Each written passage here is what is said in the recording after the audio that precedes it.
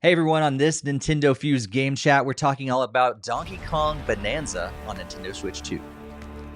So Donkey Kong Bananza is a 3D platforming game that came out in 2025, just a few days ago as of this recording, and brings back this adventure style of 3D platforming with Donkey Kong, of course, at the main character slot. Emphasizes a lot of exploration and combat and collecting these Banandium gems along the way that you can be used to upgrade your abilities. For every 5 Banandium gems, you get to upgrade your skill tree. The game also features some sandbox like levels as well as unique themes, animal themed power ups where you can become a gorilla for strength, a zebra for speed, or an ostrich for gliding. It has an amazing soundtrack and mixes the classic Donkey Kong music as well as new music. And it's from the people that made Super Mario Odyssey. So you know it's good when Super Mario Odyssey team is behind it. So this game has been out for a few weeks now. I have played about a third of the game so far. I'm into to a point where we figured out it's about a third of the way through. But Barry and Greg are joining me to talk about both of them have finished the game. So let's go to you first, Greg. What do you think of Donkey Kong Bonanza? It's one of those interesting things where I saw kind of other people's reviews online where the first like hour of the game can be kind of slow and almost kind of like, am I really gonna like this game? And that I kind of almost fully on agreed with that. But then as soon as like you like I but I mean my first hour of the game was mostly just destroying the first level. I didn't even like leave the first level. I'm like, I know there's hidden bananas here somewhere. It's showing me there's only three, but I'll find more of them. But that was unfortunately was somewhat short lived, and then it went down and immediately threw me into the first level. So from there, then it really seemed to kind of pick up, and then you get like the story, and then you are realizing like, hey, like the Kongs here don't have any water. Like what happened to their water source, and then like it really introduces you to some of the other characters that you come across and throughout the game. So definitely that first intro level, I didn't feel like it did a really good job with the Cappy Kingdom from Odyssey did, where it kind of really thoroughly explained everything a lot better, or at least let you explore a lot more. I felt like the first level here was kind of very underwhelming feeling, and even going back into the post game later that I could talk about later. But I didn't really think it was the very best intro level for this kind of style game. So Hmm. but yeah, as you were saying, the music is great. The level designs are incredible. There's so much stuff to find in addition to like the fossils and stuff. You can buy fun outfits for both Pauline and for DK himself, like some pants and a tie, and everything is really great to kind of see. And you can even play around with the color of his fur as well too. So it adds different abilities like extending like your bonanza time, or like making your healing items do like heal you a little bit more than they normally would if you didn't have it equipped, and other things like that, increasing your like defensive stats and stuff. So as Steve said, I did fully pretty much complete the game. I think there's only a few Bananium gems that I needed to redeem more with the medals to get the last skill upgrade, but I basically maxed out all the skills. I did find all the 777 normal Bananium gems that you can find that are like more unique and not the purchasable ones that I chose to miss at the end. But overall, I really enjoyed my time with the game and was really had a big smile on my face playing through the very bulk of it, especially like towards whatever like the first after that first like few hours into it. Then I was like really deep dive in. It was kind of hard to put down. Mhm. Yeah. Yeah, I'm with you. Like and these guys know we've talked about it in the podcast. I was kind of on the fence. Like if I was actually going to get this game, and I actually started it later. That's one of the reasons why I'm not as far along as you guys are. But the more I saw it, the more I saw it, and I tried the demo. I'm like, okay, I'm going to get this game, and it really drew me in. What I wasn't expecting was the light, very light RPG kind of elements, as you can like you said, build up your character and the skill trees and all that kind of thing. I was not expecting that. I thought I was just going to be destroying everything, which I did a lot of. I destroyed a lot, which is also one of the reasons why I'm not as far along in the game because I just started breaking everything. But then, yeah, learned some things along the way. especially when I realized there's like sonar ability when you like smack and you can see. I'm like, oh, now I don't just need to destroy everything. I need to go for the areas that I know I can find things there. So that was nice. So I've had a lot of fun. Barry, what about you? Yeah, like you, when I first started the game, um, I got a little dizzy, like Mm, just digging around, and I was just like, "Oh no! Like, please don't make me dizzy. I really want to enjoy this game." And I just had fun destroying things and getting chips and gold nuggets and just like exploring. And I had no problem with the first world. I thought it was pretty straightforward, which I think it needs to be. It's the first world. And they do explain a lot of it, but the problem is there was like a gap in between the explanations because I was too busy digging and breaking and seeing what I could destroy and the novelty of it. And then they sent me to the first world, and the first world almost felt daunting. It was like, wow, this is like a big level. Like there's a lot here that it's multi-tiered and and what really got me is I was on sub layer 100, which is where you start. And then when I went down, it was like sub layer 101. I was like, oh, there's multiple levels per world. Like that's actually really cool. Uh, and by the time I finished it, I was like, that was a good first world. And then, first real world. And then, you do the second world. And it was at that point that I realized this is a smaller level. Like I noticed the fossils specifically, there was only smaller fossils. And I was like, "Oh, okay, so they're not all gonna be." And I was expecting it to kind of go like 100, 200, 300, 500, 800, like start skipping some. I didn't realize like, oh, there is a one every 100. There's a lot of levels in this game. Holy crap. There is just a lot to it. And not every world is as big. And there's the full worlds, and then there's the worlds with fossils at, only 30 of the standards, and then there's worlds without fossils at all. They're even smaller. So there is like a degree which I like that, if they were all huge worlds, would that be great too? Sure, but I think you need that little bit of a breakup. Otherwise, it would just be so daunting. mm, Uh, and I thought that they did a great job with the music. I love the music in the game. Thought they did a great job with the mechanics. One thing that I do appreciate is that the fossils are only spendable in their zone. So mm. like I didn't buy anything but the tie in the first world, expecting to I may Yep. hold on to these to buy something else. And when I went to the second Same. world and realized, oh, I can't use those fossils. Oh, well, then I could buy everything. I might as Yep. well just go back. And Kind that's when I started of buying like everything. Odyssey in a similar Yep. way. Yep. Same. Now, one complaint I do have with the clothing is that you need to go to a dresser to change. Mm, And I that defeats the purpose for me with a lot of these specialized pieces of equipment. Because if you could change on the fly, great. Instead of a hold on, I got to run back. I stopped. I was like, I'm not running back. I'm going at as it is.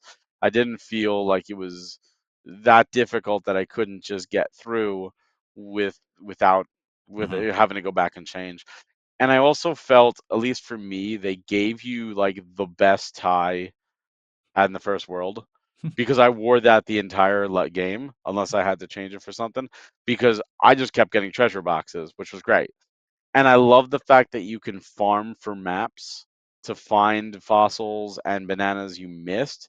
And I love that you could even buy maps if you're like, oh, I'm not getting this last map I need. You don't have to struggle. Where is this? Like you could just buy it for a little bit of money. Yeah, it goes up every time, but money isn't really an issue in the game. I like that he gives you that, so you're not super struggling. Where I've been looking for hours, where is this last thing? You could find it. I just thought they did a really good job with that, and the game has a good pace. I feel, it does have its breaking point, like its first third, second third, and then the finale, and then the post game. I thought they did just it flows well. Yeah, I think one of the big things that I didn't realize how big this game was going to be. Like from the size of some of the levels to the like you said multiple floors and multiple levels overall, it was just much bigger than I expected. I was just looking at the time to beat, and I think the just running through the main story is going to take you 17 and a half hours on average. But to do like completionist is looking at 46 hours. I don't know how much you guys took, but it's a long, there's a lot to this game, which is pretty exciting. But at the same time, it's not incredibly difficult. at least at the point where I am at. So I'm like I said, about a third of the way through. But I don't know. I think I've only added one more heart in the skill tree thing to like what I have right now. So I've added like one or two more hearts, and that's about it. So, but you can also go to like build your homes or your dwellings in each of the levels as well, and that adds even more when you go sleep there. And so there's very rarely have I needed more than like one or two hearts. If I'm being careful, it's not terribly difficult. And so I feel like, yeah, if you're moving along, you can finish this game, yeah, 17 and a half hours, but there's enough to get lost in, and it's really easy to get lost in. Yeah, you can definitely easily get lost on. You're also you skip the one level where it's not as adventurous to be smashing every single type of surface because you're really going to start finding there's going to be different types of terrain that do harm to you, and then it does more than what an enemy will do like a single heart. So it's going to be like more than one heart worth. So there's going to be a lot more to go through with that there. So you're in for some interesting experiences if you're just trying to stay on the lower health side. But in terms of completion, I still felt like 46 hours is still kind of speed running it. Like you pretty much know where everything it is because like it took me like 95 hours to get to where I was at. So I was not smashing every single terrain. I was not 100%ing every single thing. I was not just grinding out the maps. I was like purchasing all the maps that I was missing at the when I went back into the level, and it was whatever, just I don't know, 5 to 7 maps or whatever on some of the levels. And some of them I only need like 2 or 3 maps. But like I had kind of trouble trying to find some of the things, and then even on that very first level, it doesn't even unlock the fossil maps until the post game. But I had went back and I spent a lot of time just trying to find the last fossils that I somehow missed. But yeah, I did want to mention one other thing with the at least the controls. Like the A button was kind of like the jump button. I know you guys kind of had a strong feelings and switched it around. There's a lot of areas where I did make the mistakes. I would want to press B to jump, and then you'd obviously start slamming the dirt below you. I still beat the game with it, still with the original default controls, but it was still kind of a struggle to even wrap my head around using A to jump at a number of times because it was like, hey, I jumped. Like, no, I didn't. I smashed the floor below me. Yeah. It's like, Yeah. It's nice that you can No, change I those controls. That's yeah. it's a nice touch. Like I get why they did it because it's like up, down, and left, and that makes sense where you're punching. But I really appreciate they allow you to change it. Yeah, it's unlike Nintendo. Usually they're very stickler to these are the controls, you're dealing with it. But yeah, like you, Steve, I changed it and B was my jump, and it was a much better experience for me. And I think I beat it between 40 and 50 hours, 100%. Hmm. And I didn't find many issues. And I 100% at each floor as I went down. And I didn't really have many issues, and that maybe because I kept the banana tie that gives you chests, so I got a lot of maps doing that. And I powered it up, so it was 30%. I was getting like 30% more chests, and especially as you get a power up later on in the game that I won't spoil for anybody, but it makes it very easy to tear terrain. So like I would just go to like a safe area and tear it apart, reset the level, tear it apart, teleport to another, just tear it apart. And I would do it really, really quickly and get so many chests. And I farmed maps, and I only had to buy like, one or two per level sometimes if it just wasn't spawning. And that I constantly kept my hearts filled, and it kept my apple juice filled, and it kept my cans that I never really used full. And it was really, really easy, like in that regards. Like you said, the difficulty is easy. The final boss gave me a challenge, and that was partially because I didn't realize I can use something to make it easier. And when I realized that, I was like, oh, I've been struggling this whole time, and I didn't need to. I thought it was cool that they also brought the balloons back from DKC to save you. And I had 99 red balloons for most of the game because of that, Yeah. and Yeah. I just thought it was pretty neat to see them come That's probably back. what I did more. I've done more is accidentally roll off the stage or jump off the stage and have to have a balloon to bring me back. The difficulty is more sometimes you get carried away by just like busting things up, and all of a sudden I realize, oh, I'm at the edge of the level and I'm falling off. So that's more difficult than the actual enemies on for the most part, at least in the third that I've played so far. But yeah, I found that's probably a negative that I'd say is like sometimes you just get carried away and you don't realize, especially when you're busting through like some of the subterranean and all this stuff like that. It's weird for the camera angles and that sort of thing, and sometimes you don't realize you're on the edge, and then you just punch through and then you fall off into the abyss. But thankfully Yeah, but you got the balloons to bring you back. that's why they did that, I think. Yeah. I also want to give credit to the map. It's an amazing 3D map. I wish you could zoom in a little further, but one thing I love about the map is if there's a gem, like or a fossil or a banana, whatever, in a direction and you know it, you could point the camera towards it, and when you close the map, it zooms in, pointing the camera that direction of whatever it is. It doesn't reset it. So you could Huh, zoom around, see, oh, there's one over there. Let me point that as in the straight away, and then when it comes back, you're now facing that direction, and so you know what direction to go to. I appreciate that greatly. that's cool. It's cool. I kind of wish they allow you to have different markers to put on the map. They only let you do a Mm, single marker. So, like for like Yeah. Breath of the Wild and Tears of the Kingdom, you could have like whatever 5, 6, 7 markers, and then you only had one marker here, and then it even didn't really show anything on it. It was more like when you actually collected it, it was like, oh, here's your fossil or your banana that you were looking for. And I was like, well, you didn't put like a big beam of light or something to tell me which direction it was or where it was going. It was just like, hey, this is one that I need to collect or I'm trying mm, to target right now. So I felt like the marker was almost kind of useless or could have been a little bit better or more intuitive for trying to find things yeah. or mark things of interest.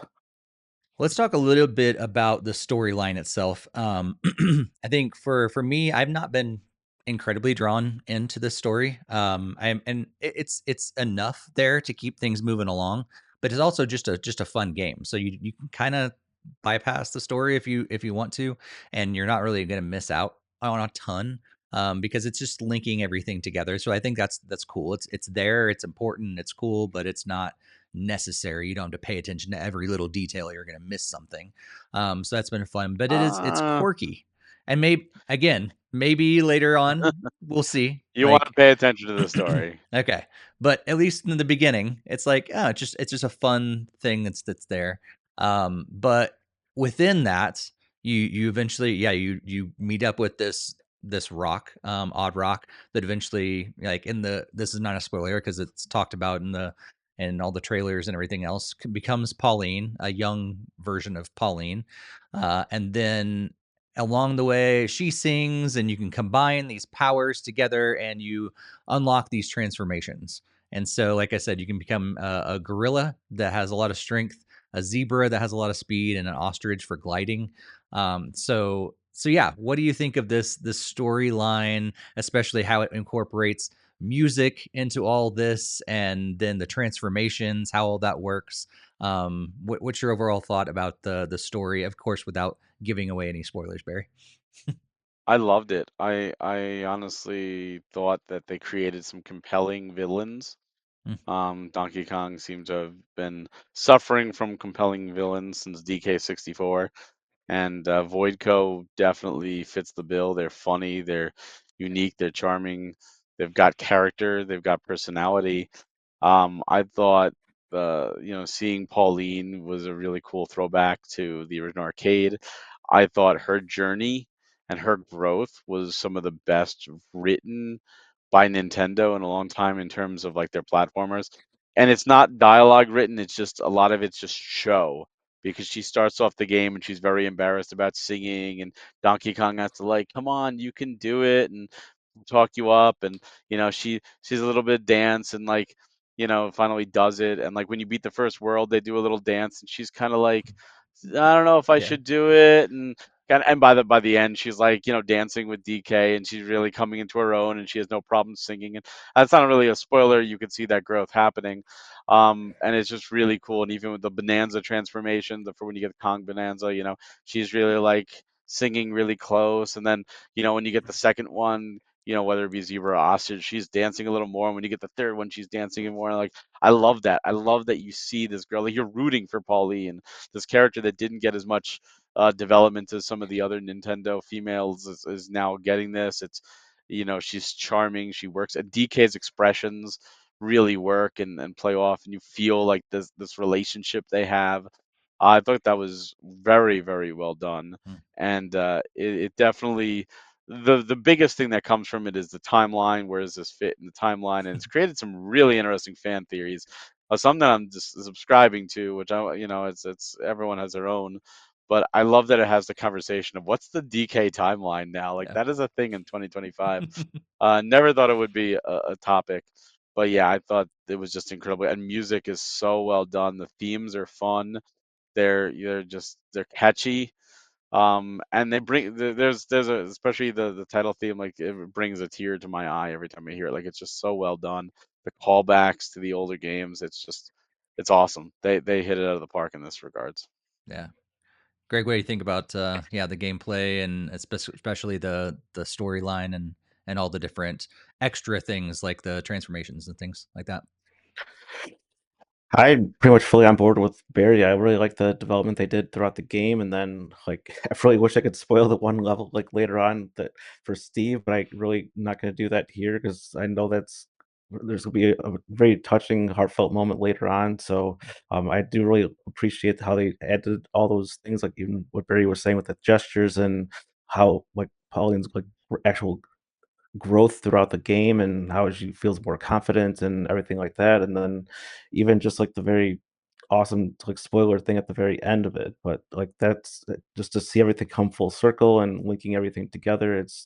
Was really well done and completely loved it all. And then even all the fossils that we touched on, they even have like some throwbacks to some of the other DK games as well too. So that kind of throws in weird stuff into the timeline kind of discussion because it's Hmm. like, hey, here's a fossil from one of the enemies from like Donkey Kong Country. So it's like, and there's like several other stuff like little tiny throwbacks and stuff like that. It's really cool how everything is just kind of interlinked and like almost like a celebration of DK in general. And I absolutely loved everything to it. And all the transformations and everything was well done, and it was great that you could extend the powers. Some points where it felt like you wish you could have it a little bit longer, but then they have like the backup items to be able to just instantly refresh and reactivate it. And then like Pauline, like clothing can also extend some of the time, so then like you're not wearing out as fast too if you're not leveling up the abilities. So everything felt really well balanced and had a purpose, and like everything like had like a valid use. Was even points at the end of the game where it's like I'd forget about like one of the different transformations. I'm like, this would have been a lot easier if I used this transformation. And it's like you don't even think about it half the time because you get so accustomed to like the ones that you use the most or the ones that you like the best or whatever too. So like all around, it's a great game and really enjoyed everything how everything works together and from like the story all the way through the gameplay and everything else that you can do within it. One Nice. thing I like about the transformations too is it's not like a Mario power up where you've got the fire flower, or you've got the cape, or you've got the Tanuki suit or whatever, and that's it. You have that power up, and yes, some games you could swap, if you have something in reserve. But I love how in this game you can just swap on the Mm. fly. You could instantly go to zebra and run faster, and then jump and switch to the ostrich and fly and glide Mm. around, and then drop down as Kong Bonanza and just start beating the crap out of things. I love that. I think that's great. And there are some challenges later on in the game that actually utilize that, where sometimes it allows you to speed run a little bit if you get good with it, but other times where you have to swap, and it requires you to swap in Huh. between. And I thought that was really neat how they built that into the game, because they didn't have to. They could have just, you're stuck with one and that's it. And I hope you made the right choice. But they Mhm. didn't. It's very free flowing and allows you to just play around. And I love how even when you switch, like, Pauline just instantly starts singing the next song, and Mhm. like she doesn't miss a beat. And it's just, they even built that into the storyline. The music that you hear when you're playing, it's her singing on your back the entire Mhm. time. I love that. It's such a nice touch. Yeah.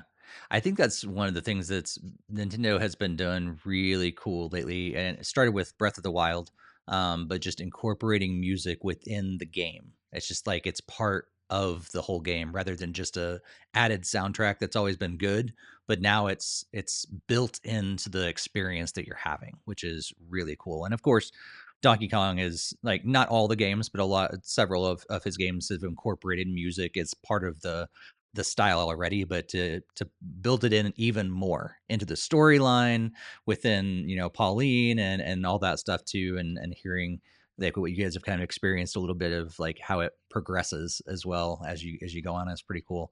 So let's, without spoilers, I went in, is the ending, that sort of thing, did you guys have a good experience throughout? Did it keep strong the whole way through? What'd you think, Greg? I certainly felt like it did. Like I know I touched on like the first few hours of the game was kind of like felt like a little bit of a slog, but also wasn't really trying to progress the story and was kind of get distracted doing my own thing. But then I felt like it really stayed strong, especially when you get to like pretty much the part where you're at, Steve, with the division thing, because that's really where it starts nailing everything home, and like you feel like you're empowered to make your decision on which path you're going to go, and then you're not sure if there's be multiple levels and all from each path. And um, but yeah, it's just I like how everything is all intertwined together, and it really kept my interest at least from that point to the end of the game. Cool. Barry, how about you? Oh yeah, they stuck the landing 1,000%. Like there was a flow. Like every time I felt where I was, because sometimes when a game goes on a little bit, it's like, all right, I can kind of finish up now. They threw something in. They threw something to change it up, where it was like, all right, I'm done with the game. Oh no, no, nope. Here we go. Like something new happened. Because if you just smash everything, it does that could get boring. But there's enough there to the game where you take a little bit to smash and then you go do the objectives, and you pace yourself and you don't get burned out on anything. And I felt the worlds are all very creative. As you go down, it's just really, really unique that all these worlds exist with skies, even though they're deeper in the earth.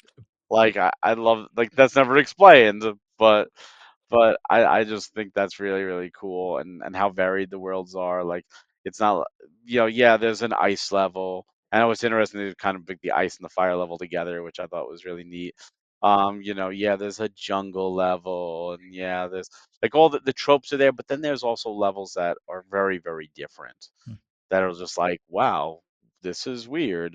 And I don't want to spoil anything, but just know that like they start you off with there's the mine carts, and here's the hilltop, and here's the water, and here's ice and the jungle. And then from there it's just like, all right, we played through the tropes, you're still with us, now let's get some weird, let's do Nice. some fun stuff. And and there's just a lot of really cool unique enemies, there's unique physics. um and I don't even want to spoil it just because it's just so much fun to discover. Hmm. Um, it's just a great experience. That's cool. Yeah. And I love how I think that was probably my biggest thing was in the beginning. I was just like, I don't want to just play a somewhat okay platforming game that I'm just destroying things the whole way through. But then playing through the demo and watching more gameplay and reading more things, that's what convinced me to get the game. And I'm so glad that I did, because I'm enjoying it so much more than I thought I would. Because it really is so much more than just jumping around and destroying things.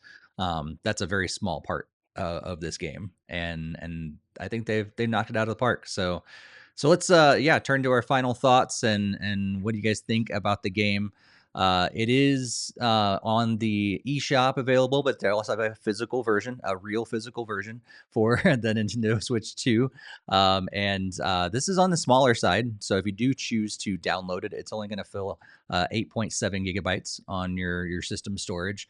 But it does cost $69.99 as of this recording. Who knows if those tariffs or anything are going to affect it later on. But right now, $70 as the MSRP in the United States. So any final thoughts? And if you recommend this game, what do you think, Greg? I for certainly recommend this completely, if especially if you love the DK game and any of his past adventures, along even with like Mario Odyssey, because it kind of all fits into place, and it's kind of just mastering his abilities and his controls, and like it's just a really fun joy to play from start to finish. Like as soon as you get deep down, like it's kind of hard to stop playing, as I've already said a few times before. And I said I already spent at least over 95 hours in the game. I felt like that was definitely a time very well enjoyed for like $70, and I give it a easily strong recommendation to must play. Yeah, easy recommendation. I mean, it was well worth the money. It was well worth the time. I had a blast. I smiled, like the entire time, and that smile just kept getting bigger. Yeah, I felt like a kid, just like there's something about the 3D platformers from Nintendo. It just brings me back to a simpler time. And I loved it. I loved it. And I can't wait till my son's a little older to watch him experience it because it's a great game for all ages. Yeah, I'm right there with you guys, and yeah, we didn't mention this at the top, but we all purchased this ourselves. This is all none of these copies were from any PR company or Nintendo or anything like that. We went out and spent the money ourselves to get this game, and I think I would do it all over again because it's Easily. very much worth it for sure. And there's a lot of game there that is worth it. And I think a lot of people have been talking about like this should have been a launch title for Nintendo Switch 2 to like push it over the top a little bit more. But I'm glad we got it within a month of the Switch 2 launch. And I think this potentially could be one of those like you got your Mario Kart and you got your Donkey Kong. I think those are the two games probably that almost every Switch 2 owner needs to get right off the bat because this game is that good. So definitely check it out. And yeah, if you get a chance to play any of the demos, go after it. Check out the demos. But yeah, if you're on the fence, we all highly recommend this game. And yeah, thank you guys for checking out this game chat. If you're new to NintendoFuse and you haven't subscribed yet, please be sure to do that right here on YouTube and hit that like button if you do, in fact, like this video. Share with other Nintendo gamers that you know. And be sure to also check out our regular podcast and industry talk and gameplay videos and everything else that we do here on our YouTube channel. And till next time, we'll catch you later.